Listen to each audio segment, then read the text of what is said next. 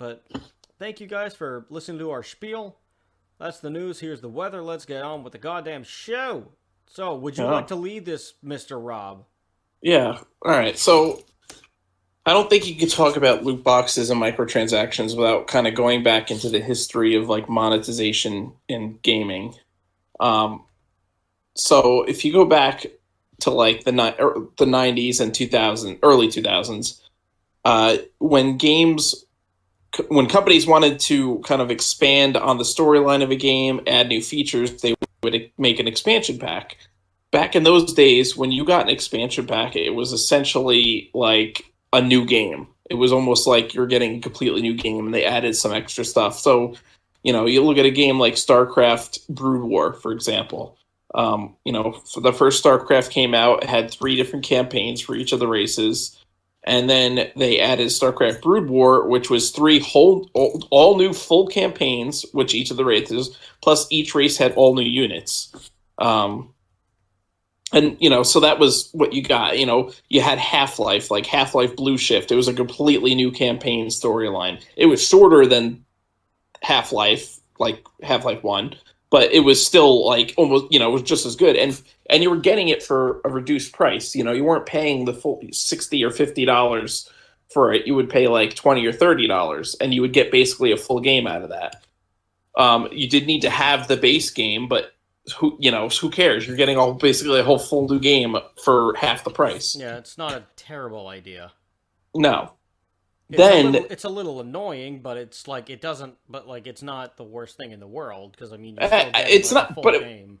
it wasn't really even that annoying though, because it was like, again, you're getting a whole new experience. It's not like you're paying full price for like the same game twice. Right.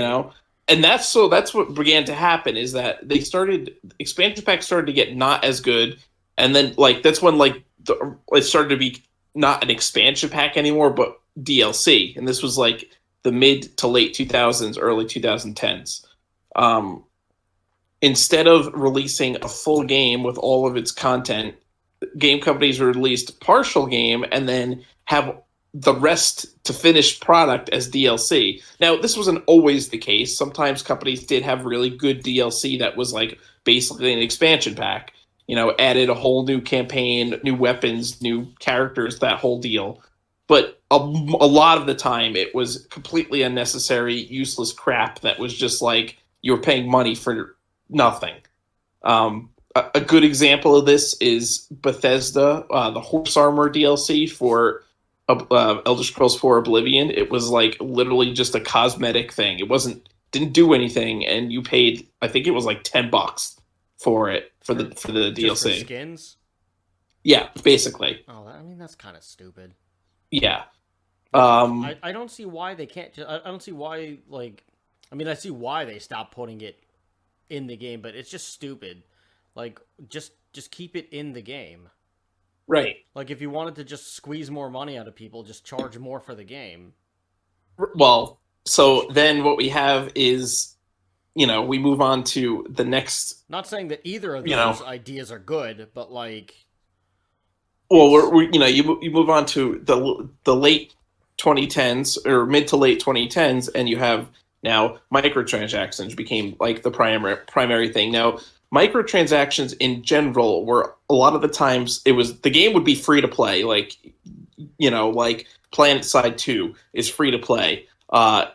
I think Counter-Strike Global Offensive is free to play now. It wasn't when it first came out, but I believe it now it is. I haven't played Counter-Strike in years. I loved that. Yeah. Well, I loved the original Counter-Strike and Counter-Strike Source, and then I didn't really like Global Offensive. It wasn't that good. I only played the original ones in high school. Yeah. So now what they did, and so their whole excuse is like, oh, well, we're giving you this game for free, so you have to pay something, and that's when they came out with microtransactions. No, now, I don't. I don't have to pay anything. Well, that's the thing, is they want you to pay something. No, of course they want me to, but I'm not going to give them that satisfaction. Well, to be fair, they do. It costs money, especially for online games. It costs money to run servers. It costs money to really, pay staff that makes updates. So, okay, so there has to be some kind of monetary thing there, so that way they can keep the servers up and all that. but the problem with microtransactions is that it became like, so generally what you're buying is a better item. This isn't always the case, but a lot of times it is the case. So what you have, the problem is that a lot of games now, they become what's called pay to win. If you pay real money, you get this good item, which makes you more powerful than the average player who maybe doesn't have the money to buy all these items or doesn't want to spend the money. Well, guess what? Now you could friggin' destroy them because they have the shitty default weapons and you have the good microtransaction weapons. Yeah, that's stuff I can't stand. That's honestly Yeah. that's honestly what like made me quit playing Magic Arena. Well, I mean, Yeah. like I think I played Magic Arena a few times. Like I've been on and off it. I liked it in beta a lot, Yeah. and then the stupid thing was when beta became out, when like they like fully launched the beta to alpha, Yeah. they took away every item that you had, so you just had to start from scratch, and then but you were still, but like during the time when it was in beta, you still were able to like pay money and like spend money and like get like, just just acquire more cards, and then you lost Yeah. all of those cards, which was, and like they just did like a sorry not sorry thing, and now you were stuck. But Hmm. like when it really got into alpha, it just became obnoxious because they have so there's a lot of problems with arena, and but like one of them is like it has two currencies, so like you can buy, so like you can use real money to either buy like your like gold, or you can buy gems, and Hmm. like you only get enough gems where you have like one, where you can only buy like one and a half of like something basically. Right. So like the other half of the gems are just totally useless at that point. So Hmm. then you have to buy the other like more gems. So it keeps you in like a funnel, but also like the other thing is, how are you going to get the packs? You can get the packs by either like grinding away, and it just Yes. is extremely frustrating because it's pitting you against people who have obviously paid to win. So, and like Right. I mean, it's the same thing with just playing regular Magic, where like somebody net decks like the most OP deck, and then Hmm. you just play that over and over again, and it's just a totally unfun experience. And then Right. you're forced to, and then and you're forced to net deck yourself. So then it's just going to be a mirror match the whole time, and that's not Hmm. fun. So Yeah. And it's just an unfun experience, and especially if you're like me, where you like to build your own decks with like weird stuff, and just have fun. Where over there, it's just like it just became incredibly competitive for no reason, and like you're just playing the same. It's just like the same three decks, just playing against each other, and that's the meta. Yeah. yeah, you have to just play the meta, and it's just like obnoxious Yeah. because you just have to pay to win. You just have to pay to Well, get all the gems, and you have to do all the stuff. I mean, that's like a well, it's their small. business model. Well, yeah, but it's just a stupid idea. But It is. It's terrible. and like it's a. I mean, it just doesn't make any sense to me because it just like I'm. It just makes a totally unfun experience because what's my other option? To just like grind and play the same and just like get my ass kicked over and over and over again? Why would I do Yeah. that? And then by the time I'm able to like get enough coins to like get to like build the deck that is the new meta, they're gonna come out with another set, or they're gonna pump more cards into it, and then a new meta is gonna come, and then I'm back Yeah. to square one. So it's like an unwinnable situation to grind, Yeah.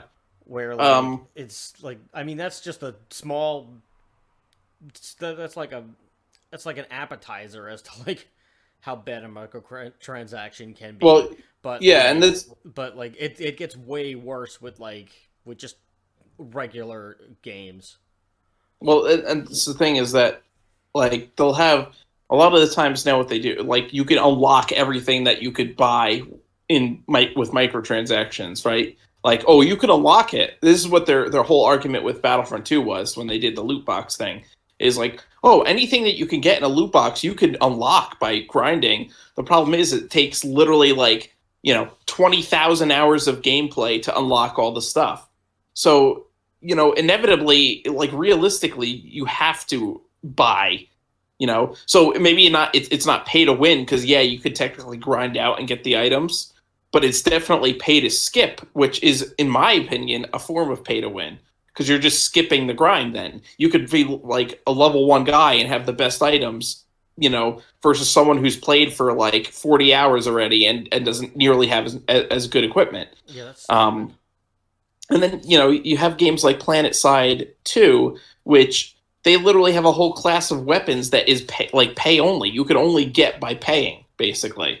And it's like, and obviously they're better because they want to encourage people to buy those weapons, but it's like unfairly better. Like you could like look at the difference if you like take a regular machine gun and shoot it, and like you could see the spread of bullets, and then you take one of the friggin' paid machine guns and shoot it, and it's like every bullet hits the same mark. It's like so accurate, Jesus.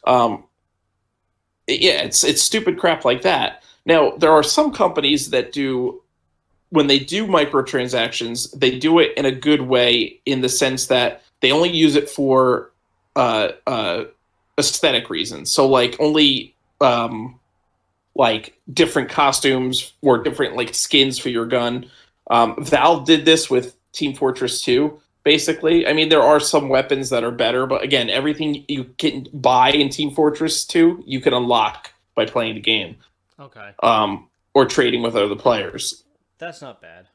Yeah. So and a lot of it is just like cosmetic stuff, like I said. So it's it's not like it doesn't affect gameplay. It just makes you look, like hats. They don't generally affect gameplay. Like they might have a little effect here or there, but it's not gonna. Someone that's like just playing with like vanilla equipment and vanilla items and stuff is not gonna have so much disadvantage against someone who has like all these stuff that they got from loot crates or microtransactions.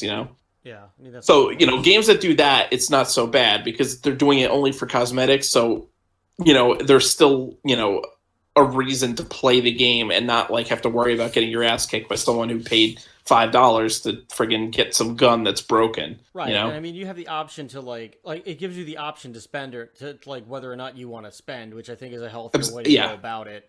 Right. It's like it's like, okay, I don't really need this, but if I'd like to play, with the Spider-Man skin, let's just say, then I'll buy the Spider-Man skin. I mean, is it like, would you specifically get that skin, or like would it be the randomized loot box?